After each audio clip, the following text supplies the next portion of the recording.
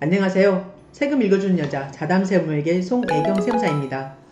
오늘은 상시 근로자의 수가 감소하고 다음 해에 다시 증가한 경우에 과연 이때에도 조세특례제한법상의 고용을 증대시킨 기업에 대한 세액공제가 가능한지에 대한 그 사례를 갖고 살펴보도록 하겠습니다. 자, 준비되셨나요? 시작하겠습니다. 첫 번째 사실관계를 한번 들여다보시면은요. 지리법인은 중소기업으로서 2018년도에 최초로 조세특례제한법 제29조의 7 고용증대 세액공제를 적용받았으며 2017년도 대비 상시 근로자의 수 변동 내역과 세액공제액은 다음과 같다라고 얘기하고 있습니다. 당의 지리법인의 2018년도와 2017년도를 대비해서 청년과 그 다음에 청년 외로 구분을 해가지고 상시 근로자의 수의 그 변동 내역을 보시면요.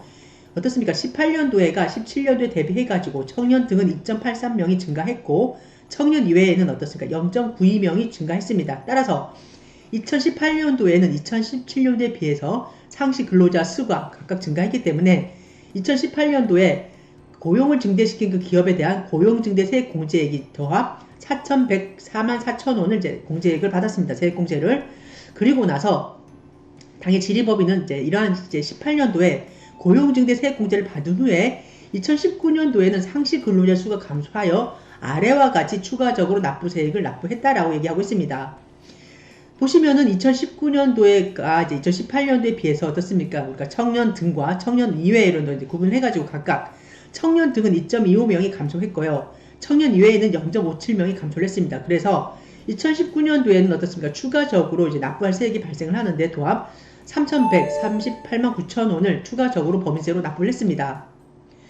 2020년도에도 당의 지리법인이 상시 근로자 수는 약 100명 정도로 이제 청년 등은 25명 그리고 청년 이외에는 이제 75명으로 이제 증가할 것으로 예상을 하고 있다라고 하고 있습니다. 따라서 이제 지리 내용은 고용을 증대시킨 기업에 대한 세액공제를 받던 중에 이 사례처럼 상시 근로자 수가 감소해서 2019년도에 감소했잖아요. 추가 납부세액을 납부하였다가 이제 2020년도에 다음에 상시 근로자 수가 증가한 경우 과연 조세특례제한법 제29조의 7, 즉 고용을 증대시킨 기업에 대한 세액공제가 가능한지에 대한 질의입니다. 여러분 궁금하시죠? 한번 보실까요? 우리가 질의 내용에 대한 어떻게 회신 판단에 대한 그 판단을 내리기 이전에 우리가 이 사례와 관련된 우리가 법을 이제 한번 짚어봤는데 그 법은 조세특례제한법 제29조의 7 고용을 증대시킨 기업에 대한 세액공제와 그리고 조세특례제한법 자 여기 있네요. 조세특례제한법 시행령 제26조의 7 즉 고용을 증대시킨 기업에 대한 세액공제 해서 두 조문을 한번 자세히 살펴보셔야 됩니다. 자 그러면 처음으로 올라가가지고 우리가 고용증대 세액공제 즉 조세특례제한법 제29조의 7을 한번 자세히 살펴보도록 하겠습니다.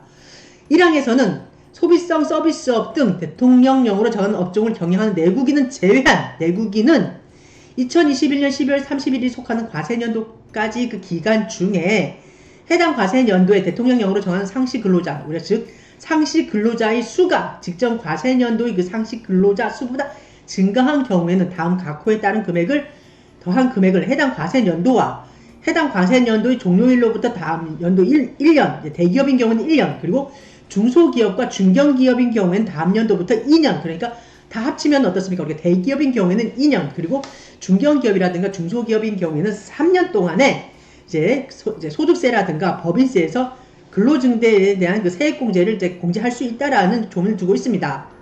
다음으로 1항의 1호에서는 그 대상자를요, 청년, 정규직 근로자, 장애인 근로자, 60세 이상인 근로자 등 대통령령으로 정하는 상시 근로자의 그 증가한 인원수에 대기업인 경우에는 400만원, 그리고 그 인원수에 중견기업인 경우에는 800만원, 중소기업인 경우에는 무려 1100만원까지, 그리고 만일 당의 중소기업이 수도권 이제 지역 밖에 있다 그러면은 1200만원을 그 인원수에 곱한 금액만큼을 세액공제해주고 있습니다. 그리고 두 번째로 청년 이외에 대해서는 그 상시 근로자의 증가한 인원수에 대기업은 없고요. 중견기업인 경우에는 450만원, 중소기업인 경우에는 이제 수도권 내에 있다 그러면은 700, 수도권 밖에 있다 그러면 770만원을 곱한 금액만큼 세액공제를 해주고 있습니다. 다음으로 2항에서는 제1항에 따라 소득세 또는 법인세를 공제받은 내국인이 최초로 공제를 받은 과세년도의 종료일로부터 2년이 되는 날이 속하는 과세년도의 종료일까지 그 기간 중에 전체 상시 근로자의 수가 최초로 공제를 받은 과세년도에 비하여 만약 감소했다 그러면 어떻게 해야 된다? 감소한 과세년도부터는 제1항에 의한 그 세액공제를 적용을 하지 아니하고 청년 등 상시 근로자의 수가 최초로 공제를 받은 과세년도에 비하여 감소한 경우에는 감소한 과세년도부터 제1항 제1호를 적용을 하지 아니한다라고 해서 어떻습니까? 만일 상시 근로자 수가 전년도에 비해서 이제 감소했다 그러면 그때는 우리가 고용증대에 대한 그 세액공제를 받을 수가 없고요. 또한 이때에는 대통령령으로 정하는 바에 따라 당해 공제받은 세액에 상당하는 금액을 소득세라든가 또는 법인세로 토해내셔야 된다는 규정입니다.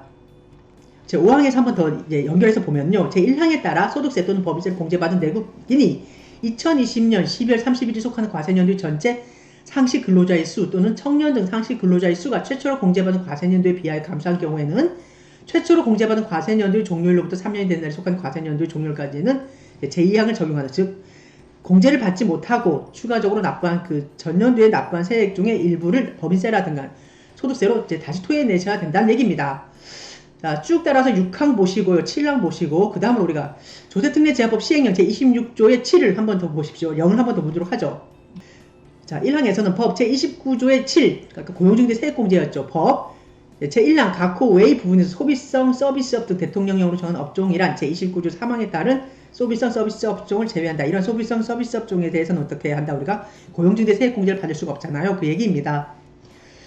그 다음에 쭉 보신 다음에 3항에서 보시면은 법 제29조의 7, 제1항 제1호에서 청년 정규직 근로자와 장애인 근로자 등에 대한 그 대통령령으로 정한 상시 근로자에 대해서 이제 얘기를 하고 있는데요.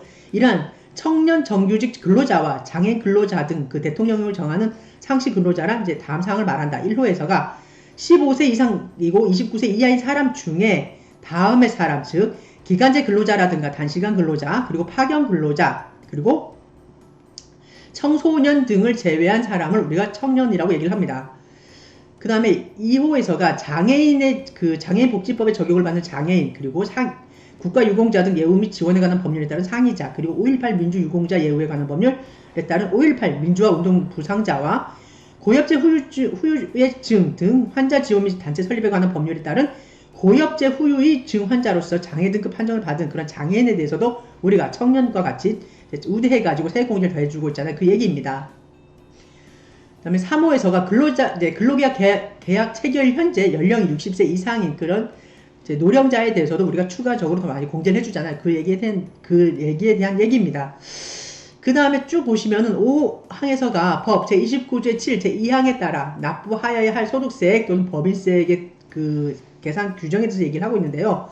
1호에서가 법 제29조의 7, 제1항에 따라 최초로 공제받은 과세년도의 종료일로부터 1년이 된 날이 속하는 과세년도의 종료일까지 기간 중 최초로 공제받은 과세년도보다 상시 근로자 수 또는 청년 등 상시 근로자 수가 감소한 경우에는 이제 감옥에 따라서 이제 이렇게 계산한 금액을 추가적으로 법인세로 더 납부해야 된다. 그리고 남옥에 대해서도 얘기를 하고 있습니다.